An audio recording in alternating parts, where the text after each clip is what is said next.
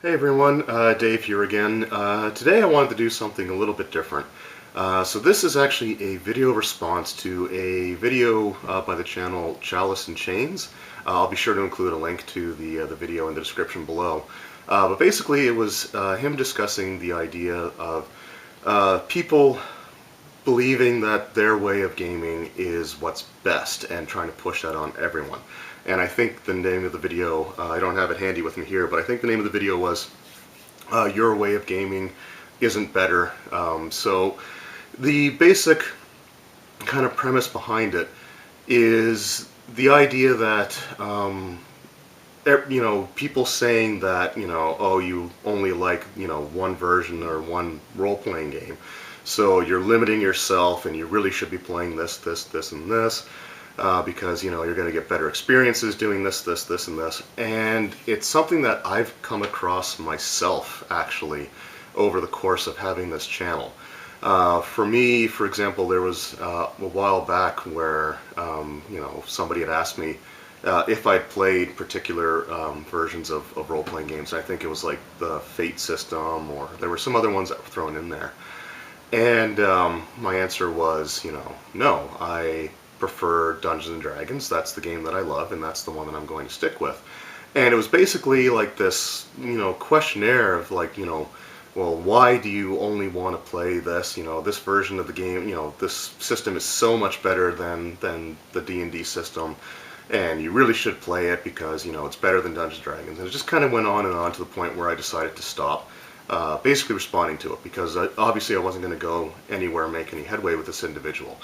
So let me just say this, whatever version of a role-playing game or editions of role-playing games or whatever it is that you enjoy as an individual, then that's awesome for you. And if you're the kind of person who likes the Fate system, if you're like the person who likes the Fantasy Age system, if you like the the GURP system or Palladium system or the Dungeons & Dragons system, and that's something that you enjoy, it's something that you enjoy playing, something you enjoy running, and something that your friends all have good times going through and playing, then that's really the most important thing. The idea of, you only focus on one role-playing game, so you're, missing out or you're stagnating, isn't something that I really necessarily personally believe. For example, with me in Dungeons & Dragons, it just comes down to the fact that, Dungeons & Dragons was the first game that I ever experienced as a role-playing game, and I fell in love with it instantly.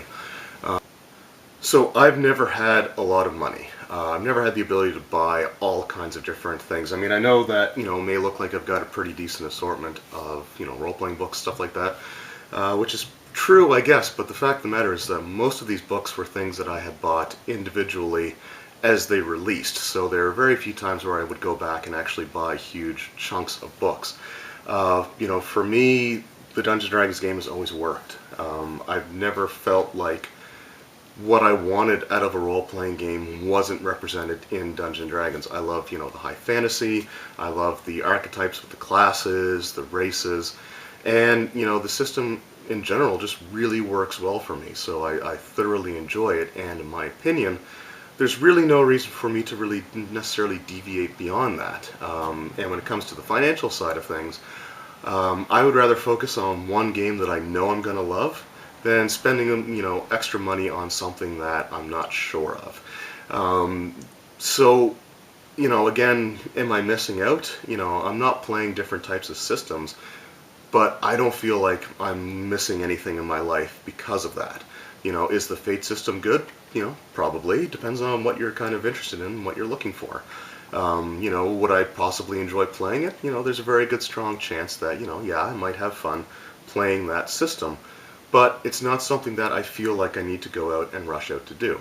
Now, as a player, I'm willing to play anything. And as a player, I have played a few different role-playing systems. I've played Palladium was one thing that we did on playing. I also played a bit of Traveler, which is kind of cool. And I have the first two sets of the Dragon Age RPG, so that's sort of like the Fantasy Age system before it was known as the Fantasy Age system. And, that's pretty well it, but again, for me, I don't feel like I'm missing anything out. I've never run a D&D game or played in a D&D game and felt unfulfilled. And my problem is that, if I'm satisfied 100% with where I am and with what games I play and what games I run, then how is that affecting other people's lives? Like, why does somebody feel the need to say, no, you need to play this game because it's better? Well, it's only better based off of what it is that you like versus what I like. Having a system, I've seen some people recommend systems that have like no races, or not, sorry, not races, but they don't have like a traditional class system that like Dungeons& and Dragons has, and they tout that as being a much better game. Which, again, if that's what you're interested in, then that's fine. But I like having fighters and rogues and clerics, and I like having those predefined classes. So I don't feel like I need to go out and play something that completely scraps that. Oh, sorry, actually, one other system that I did play a little bit was Harn, which was very interesting, and that was a system where you could basically do just about anything. And it was fun to play, but I would never want to run it because it's a very involved and complex system. So that was one more, just off the top of my head, that I have played. So I guess my main thing is that if you're enjoying your experiences and the game that you're playing checks all the boxes for you as far as what you're looking for, then that's really all you should need. And, to have people say that you need to do something else is something that I don't agree with. If someone suggests or recommends that I try something, I'm more likely to, look into it than someone says you have to play this because it's better than Dungeons and Dragons. And again, it's like, well, as far as your opinion is, yeah, it may be better than Dungeons and Dragons, but, I don't think I'm going to feel that way. I've also experienced that in somewhat a little bit with my enjoyment of the D&D 4th edition version of the game. And it's something that it's always been kind of frustrating because it's such a hated version of the game, and I don't think that it deserves it. There's a lot of things that they didn't handle properly. Marketing was definitely one of their things that they just did not do well, and they focused way too much on the drastic changes, and they really did push a lot of people away with that. But at the end of the day, I still enjoyed playing or running 4th edition Dungeons and Dragons. So for me, it was something that, I ran, I enjoyed, my players enjoyed. So why is that so wrong if I ran a game that, I had fun with and all of my players had fun with? So it's not a bad thing, or shouldn't be a bad thing. And, to have people say, well, you like, 4th edition, so your opinion of D&D doesn't matter, which is another comment that I actually had, by the way.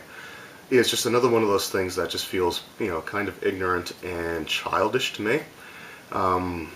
Myself personally, I have played or ran every version of Dungeons & Dragons with the exception of 0 Edition, which I have all the books for. So if I really want to read up on it, I have all 7 of the booklets and the chainmail rules, so I can sit through and I can, learn everything there is to learn about 0 Edition. I played 1st Edition AD&D. I played a little bit of the Menser Basic Expert Rules D&D. I started running and playing 2nd Edition, 3rd Edition, 3.5, 4th Edition Essentials, and 5th Edition. So to have someone say that my opinion of D&D doesn't matter because I actually managed to enjoy a version of the game that some people don't, to me is just a childish and I don't really want to say the word, but it's kind of a stupid argument. Because in some cases, I have more experience with the D&D brands than some of these other people that are leaving these kind of comments. And the other thing is that a lot of people that leave these hateful comments are people that have never actually tried the system. But that's a whole other tangent. I don't want to go too far into that. But it is something that I've seen come up quite a few times, and it gets frustrating because, again, as people that enjoy role-playing games, especially people of my age growing up enjoying role-playing games, it was really difficult to be able to express your enjoyment of Dungeons & Dragons or of RPGs because of the social stigmas that were associated with them. The idea that if you played Dungeons & Dragons, you were, a Satanist, or you were a loser, or, you were someone that will never move out of your, your parents' home. And, at this point I'm in, a long-term committed relationship with a woman that I love, and I've held some pretty okay jobs, and, for me, I'm in a pretty good place. But it was still difficult for me to talk about, my love of RPGs because of what it was like when I was kind of growing up and, as I started discovering Dungeons and Dragons and going through it. So when you have different groups within the role-playing community belittling others for their choices or for their enjoyments, it's something that it's incredibly disappointing because as RPG players, a lot of us have faced a lot of stigma and ignorance and discrimination based off of our hobbies. And here we are at a point in time in which really tabletop role-playing is at its most popular. You've got major celebrities that speak publicly about playing Dungeons and Dragons, like Vin Diesel and some others. So it's one of those things that nowadays it's more socially acceptable to the point where we really shouldn't feel ashamed to talk about hey, I played D&D, and it's a game that I love, and if you've never heard of it, this is kind of the idea. But to have people that are also in the role-playing community and may have also faced those same hardships to then turn around and say, your version of, what the game that you play is dumb and, you shouldn't play it because this game is so much better, and just not really, asking them what it is that they enjoy so much as this is what I enjoy, so you should too, because whatever I feel is better is obviously better for everybody, and that's just a really backwards way of thinking. And I really enjoyed the Chalice and Chains video where he kind of talked about it. He discussed a few other things like, within a role-playing game, making choices like not wanting to have certain races or classes in there. And that's something else that I can kind of relate to, because when I started running 3rd edition Dungeons and Dragons, I really didn't like the monk class. It didn't feel like it fit in. Like you have the fighter, the cleric, the rogue, the wizard, the paladin, the ranger, the barbarian, the bard. All these things felt like, European influences. And then you had the monk, which was, a Shaolin monk, basically. And it just didn't fit in, and I didn't like it. So it was just like, for me, I couldn't justify it being in my campaigns because it just didn't make sense. So I would not allow the class for a while. And what changed that was actually one of the players said, listen, I know you really don't like the class, but it's one of my favorites, and I would love to be able to play it. So I was like, well, you know what, fine, that's fair. So I lifted the restriction, and because of that, my player did have more fun. But it wasn't him saying that, hey, this class is the best, and you're horrible for limiting it. It's, why don't you like the monk in your D&D games? And it's like, okay, well, that's kind of unfortunate because I really enjoy the class, and, I would get more out of the game if I played it.